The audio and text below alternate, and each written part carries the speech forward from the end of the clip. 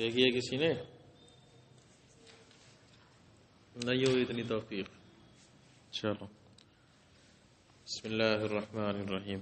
فصل فی ان المحرک قریبا للفلک قوۃ جسمانیۃ لأن التحریکات الاختیاریۃ لا تقع الا عن ارادۃ اما ان تقع عن تصور کلی او جزئی لا سبیل الی الاول. کل کے سبق میں یہ پڑھا کہ فلک کا محرک بعید ایسی قوت ہے جو مجرد عن المادہ ہے، لیکن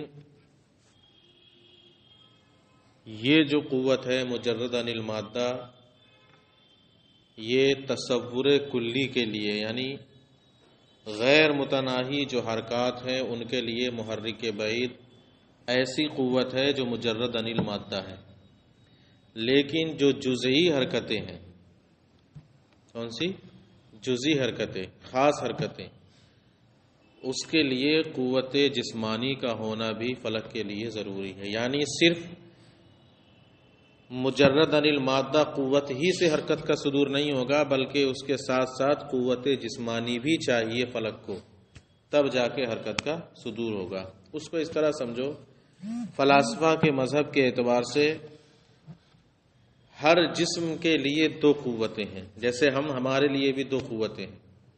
ایک وہ قوت جو کلیات کا تصور کرتی ہے، ہم بیٹھے بیٹھے پوری دنیا کا تصور کر لیں، ایک یہ قوت ہو گئی.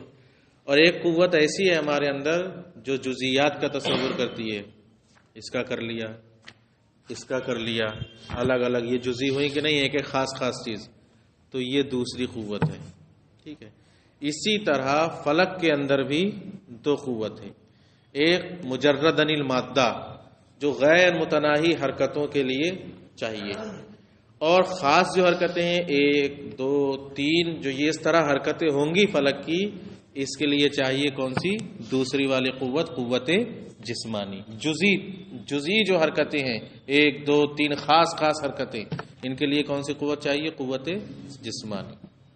سمجھ گئے؟ تو آج یہی ثابت کریں گے کہ فلک کے لیے ایک اور قوت ہے، قوت جسمانی، جسے کہا جائے گا محرک قریب. کل جو پڑھا تھا وہ تھا کیا، محرک بعید، اور یہ کیا ہے، محرک قریب. کیوں کہتے ہیں کہ اس لیے فلک کی جو حرکتیں، کوئی بھی حرکت اختیاری ہو وہ ارادے کے بعد ہی واقع ہوتی ہیں، اور فلک کی حرکات جزئیہ اختیاری ہیں.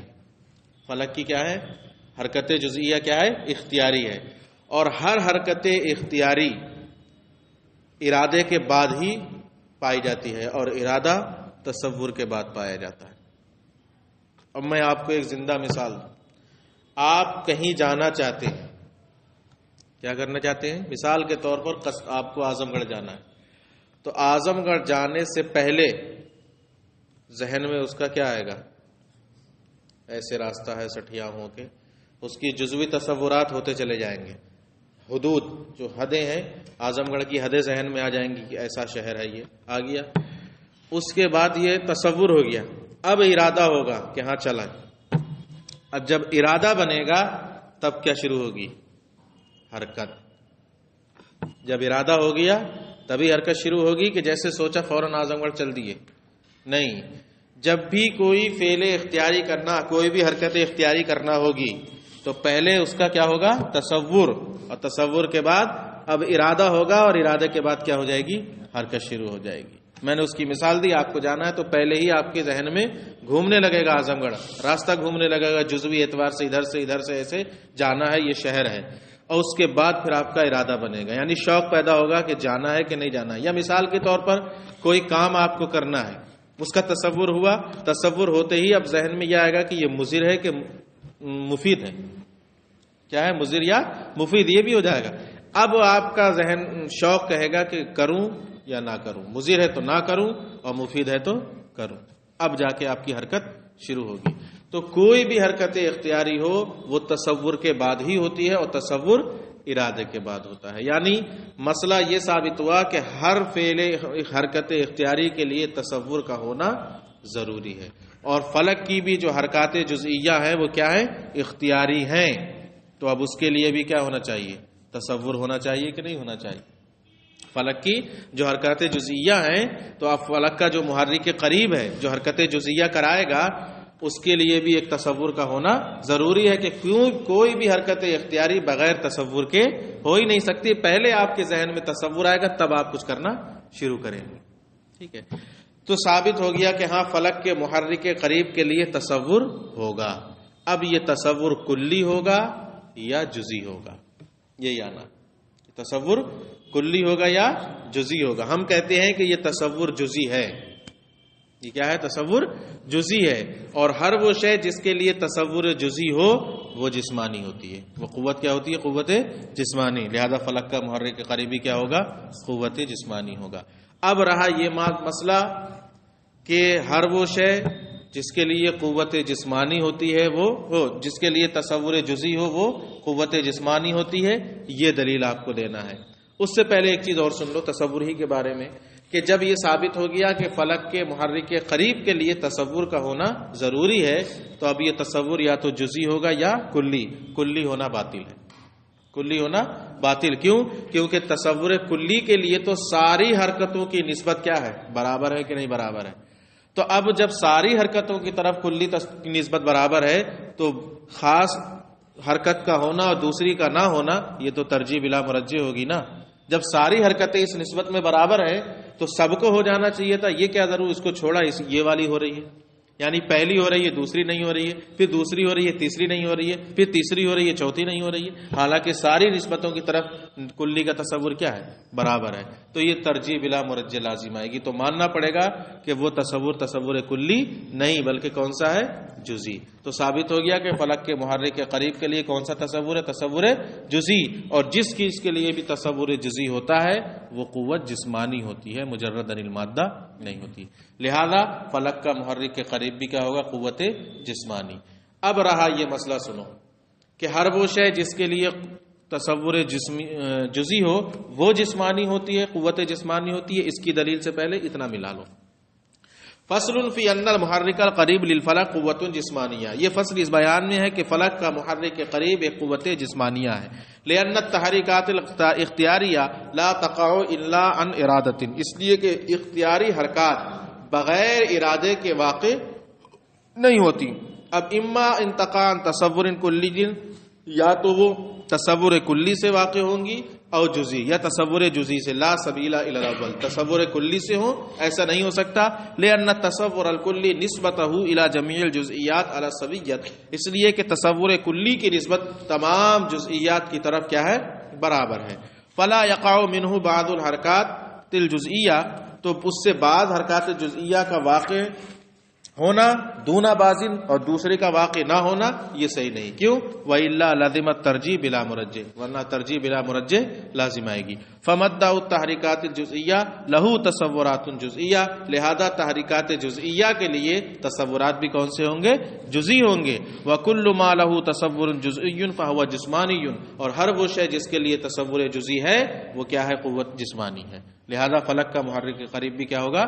جسمانی. اب اس کی دلیل ہر وہ قوت، ہر وہ تصور جس کے لیے قوت جسمانی ہے وہ جزئی ہے، جس کے لیے تصور جزئی ہے وہ کیا ہے؟ جسمانی ہے. اس کی دلیل سنو. کہتے ہیں کہ اب اس تصور سے ہم یعنی کسی چیز کا ہم نے تصور کیا تو تصور سے جو صورت ہمارے ذہن میں چھپتی ہے، کسی چیز کے تصور سے جو صورت ہمارے ذہن میں چھپتی ہے وہ کبھی چھوٹی ہوتی ہے اور کبھی کیا ہوتی ہے؟ بڑی ہوتی ہے. ہو رہی ہے کہ نہیں ہو رہی ہے؟ اس کا تصور کیا چھوٹی ہے، اور ٹپائی کا تصور کیا تو ذہن میں بھی صورت کیا چھپے گی؟ بڑی چھپے گی کہ نہیں چھپے گی؟ تو کہتے ہیں کہ یہ چھوٹے بڑے کا جو اختلاف ہو رہا ہے، اس اختلاف کی تین صورتیں، یعنی یہ ہم کہیں گے کہ یہ تین وجہوں میں سے کسی ایک وجہ سے یہ اختلاف ہو رہا ہے. تو اس میں سے دو باطل ہوں گی اور ایک صحیح ہوگی. کہتے ہیں کہ یہ اختلاف یا تو اس وجہ سے ہو رہا ہے کہ ان چیزوں کی حقیقت ہی الگ الگ ہے. ہم نے دو چیزوں کا تصور کیا تو دونوں، ایک چھوٹی رہی، ایک کا تصور چھوٹا رہا اور ایک کا بڑا رہا.